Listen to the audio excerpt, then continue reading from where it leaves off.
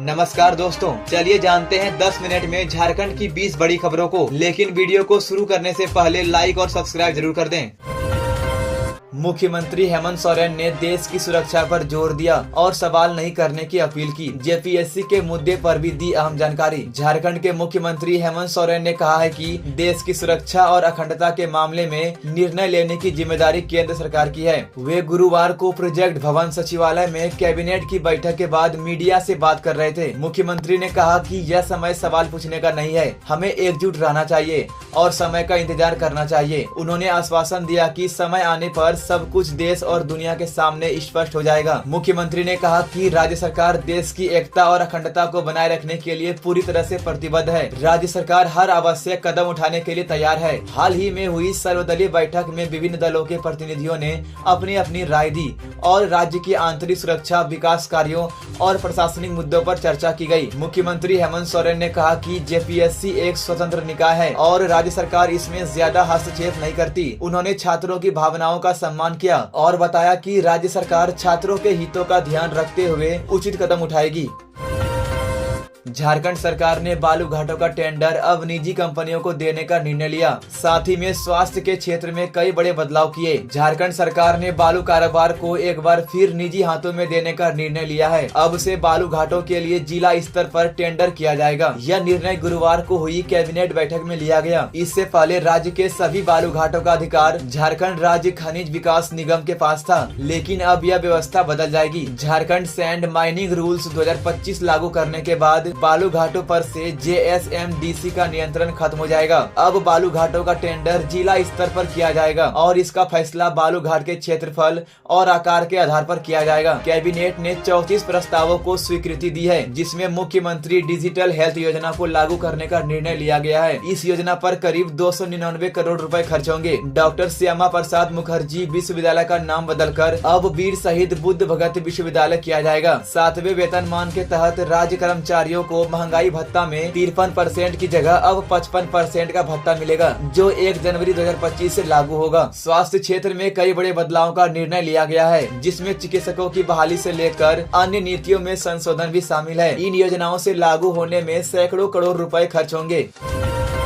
जनता दरबार में रांची नगर निगम के खिलाफ शिकायत, जाने क्या है पूरा मामला। रांची नगर निगम ने पिछले 3 दिनों से जनता दरबार का आयोजन किया है, जिसमें आम लोग अपनी समस्याएं अधिकारियों के सामने रख रहे हैं। इस जनता दरबार का अच्छा रिस्पांस मिल रहा है, लेकिन गुरुवार को एक चिकित्सक ने नियम के खिलाफ शिकायत की। चिकित्सक ओम प्रकाश रवानी ने रांची नगर निगम के कलेक्टर पर आरोप लगाया है कि उन्होंने गलत तरीके से डिमांड नोट जारी किया है। इस नोट में 10,000 रुपए प्रति महीने के हिसाब से वेस्ट यूजर चार्ज के तहत 3,60,000 रुपए जमा करने का आदेश दिया गया है। चिकित्सक के अनुसार अस्पताल पिछले 10 महीनों से बंद पड़ा है, लेकिन इसके बावजूद निगम ने बंद अस्पताल के लिए यूजर चार्ज और टैक्स की मांग की है। डिमांड नोट में यह कहा गया है कि अस्पताल में 20 से 25 बेड है, जबकि वास्तव में वहां सिर्फ ओपीडी चल रही है और अस्पताल शुरू नहीं हुआ है। चिकित्सक ने कहा कि उन्होंने पूर्व निर्धारित रेट के हिसाब से डिमांड नोट देने की मांग की है और इस अप्रत्याशित टैक्स के खिलाफ आपत्ति जताई है। चिकित्सक ने यह भी बताया कि उन्होंने पहले ही सितंबर 2021 से मार्च 2022 तक का टैक्स चुका दिया है और अब 10,000 रुपए प्रति महीने का शुल्क बढ़ाना बिना किसी सूचना के तर्कसंगत नहीं है।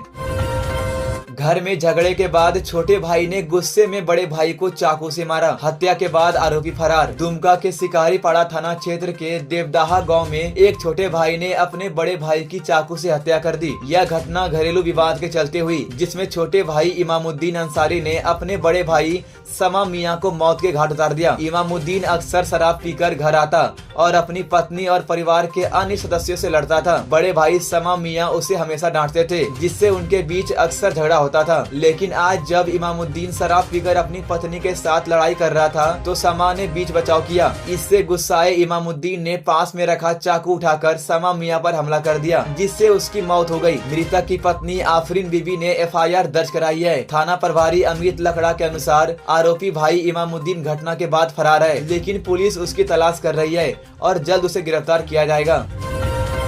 डीसी ने दिव्यांग बच्चों को पेंशन और स्कॉलरशिप से जोड़ने का दिया निर्देश। जनता दरबार में विभिन्न मुद्दों पर त्वरित कार्रवाई के निर्देश। गुरुवार को साप्ताहिक जनता दरबार में डीसी विशाल सागर ने जिले वासियों की समस्या को सुना और त्वरित समाधान के लिए अधिकारियों को निर्देश दिए। इस दौरान शहरी और ग्रामीण इलाकों से आए लोगों ने भू अर्जन, मुआवजा भुगतान, पेंशन, फसल बीमा और शिक्षकों की प्रतिनियुक्ति जैसे मुद्दे उठाए। डीसी ने अधिकारियों को सभी मामलों की भौतिक जांच करने और 1 सप्ताह में कंप्लायंस रिपोर्ट देने का निर्देश दिया। दिव्यांग बच्चों को पेंशन और स्कॉलरशिप योजना से जोड़ने का निर्देश दिया गया ताकि वे शिक्षा और अन्य सुविधाओं का लाभ उठा सके। मिशन वात्सल्य के तहत अनाथ और लाचार बच्चों को हर महीने 4,000 रुपए दिए जाते हैं, जिससे उनकी शिक्षा और भोजन का खर्चा उठता है। जनता दरबार में आँख से कम दिखने वाले दिव्यांग व्यक्ति को पेंशन योजना का लाभ देने का भी निर्देश दिया गया। इस योजना से दिव्यांग बच्चों को मिलने वाली मदद से उनकी जिंदगी में सुधार आएगा। महिला के अकाउंट से 1,07,000 रुपए की साइबर ठगी। ऑनलाइन निवेश के झांसे में आई बेटी। जेसीडी थाना क्षेत्र के डाबर ग्राम में रहने वाली एक महिला के एसबीआई अकाउंट से 1,07,000 रुपए की साइबर ठगी हुई है। यह घटना तब सामने आई जब महिला की बेटी ने सोशल मीडिया पर एक निवेश विज्ञापन देखा और उसके बाद दिए गए नंबर से संपर्क किया। महिला की बेटी ने ऑनलाइन पोर्टल पर अच्छे मुनाफे का झांसा देने वाले विज्ञापन को देखा और संपर्क किया। इसके बाद वह दिया गया नंबर पर क्लिक करके धीरे धीरे पैसे ट्रांसफर करती गई। पहली बार 23 अप्रैल को 1,000 रुपए ट्रांसफर किए गए, फिर 5,000 रुपए, उसके बाद 23,500 रुपए और अंत में 5 मई को 78,000 रुपए। इस साइबर ठगी के बारे में महिला को तब जानकारी मिली जब उसकी बेटी ने पूरे मामले का खुलासा किया। महिला के एसबीआई अकाउंट से फोन पे और गूगल पे के माध्यम से पैसे ट्रांसफर किए गए। महिला देवघर जिले की पुलिस अधिकारी है और उसने इस मामले में साइबर थाना में शिकायत दर्ज की। पीड़ित महिला ने साइबर थाना में आवेदन देकर ठगों के खिलाफ कार्रवाई की मांग की है। साथ ही उसने ऑनलाइन पोर्टल पर भी अपनी शिकायत दर्ज की। साइबर ठगी के मामले में पुलिस कार्रवाई का इंतजार किया जा रहा है।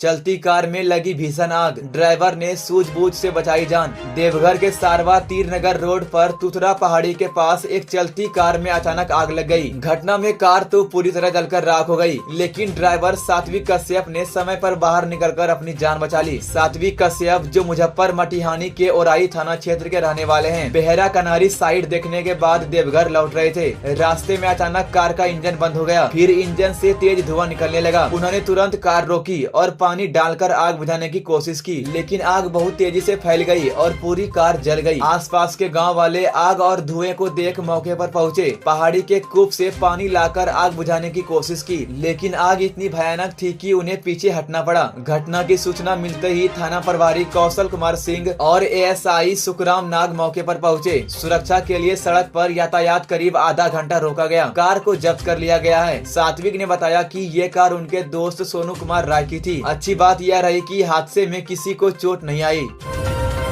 देवघर में 2 महिलाओं से दिन दहाड़े चैन लूट, बाइक सवार बदमाशों ने किया हमला। सीसीटीवी में कैद हुई पूरी वारदात। देवघर के नगर थाना क्षेत्र में गुरुवार को 2 महिलाओं से बाइक सवार बदमाशों ने सोने की चैन छीन ली। दोनों घटनाएं अलग अलग समय पर हुई, लेकिन अंदाजा एक जैसा था। चैन लूट की ये वारदात सीसीटीवी कैमरे में कैद हो गई। सुबह 7:30 बजे हददिया पुल के पास मनीष कुमार की पत्नी ऋतु राज गली के मुहाने पर खड़ी थी। उसी समय 2 युवक काली बाइक पर आए। लौटते वक्त पीछे बैठे युवक ने उनके गले से 1.5 भर की सोने की चैन झपट ली और तेज रफ्तार से भाग गए। महिला ने नगर थाने में शिकायत दर्ज कराई है। वहीं दूसरी घटना शाम 6 बजे डॉक्टर डीके गौतम की पत्नी उषा गौतम अपने घर के पास खड़ी थी। बाजार से लौटते समय जैसे ही वे अपने ईशान ग्रीन अपार्टमेंट के गेट पर रुके, 2 बदमाश बाइक से पहुंचे और ध्यान भटकाकर सोने की चैन लूट ली। यह वारदात भी सीसीटीवी कैमरे में रिकॉर्ड हो गई है। उन्होंने भी नगर थाना में शिकायत दी है। पुलिस अब सीसीटीवी फुटेज के आधार पर जाँच कर रही है।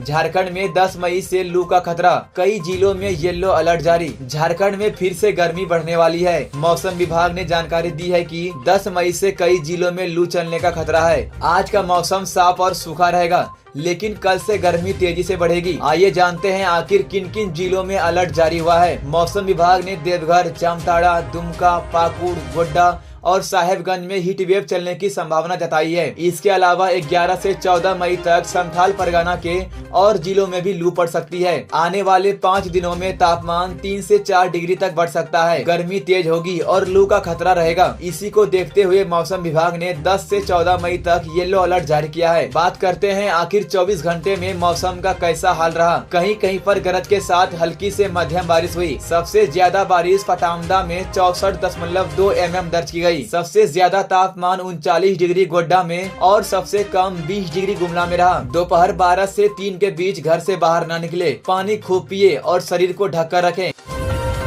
पलामू में बस स्कूटी की टक्कर से युवक की मौत। 2 महीने पहले हुई थी शादी। पलामू के मेदिनीनगर पांकी रोड पर गुरुवार रात एक दर्दनाक सड़क हादसा हुआ। एक स्कूटी और बस की टक्कर में 23 साल के युवक अमित कुमार गुप्ता की मौके पर ही मौत हो गई। अमित अपनी स्कूटी से तरहसी से पांकी में अपने रिश्तेदार के घर जा रहे थे। इसी दौरान कोनवाई के पास सामने आ रही तेज रफ्तार शिव शंकर बस ने स्कूटी को टक्कर मार दी। टक्कर इतनी जोरदार थी कि अमित ने वहीं दम तोड़ दिया। अमित पलामू जिले के बेदानी गांव के रहने वाले थे। रांची मॉल में काम करते थे। सिर्फ 2 महीने पहले उनकी शादी हुई थी। हादसे के वक्त उनके परिजन एक शादी समारोह में रांची में थे। खबर मिलते ही वे तुरंत पांकी के लिए रवाना हो गए। पांकी थाना पुलिस मौके पर पहुंची। बस और स्कूटी को जब्त कर लिया गया है। सब को कब्जे में लेकर थाने लाया गया। पुलिस अब हादसे की जाँच में जुटी है। झारखंड के लेटेस्ट न्यूज को सबसे पहले देखने के लिए हमारे चैनल को सब्सक्राइब जरूर करें।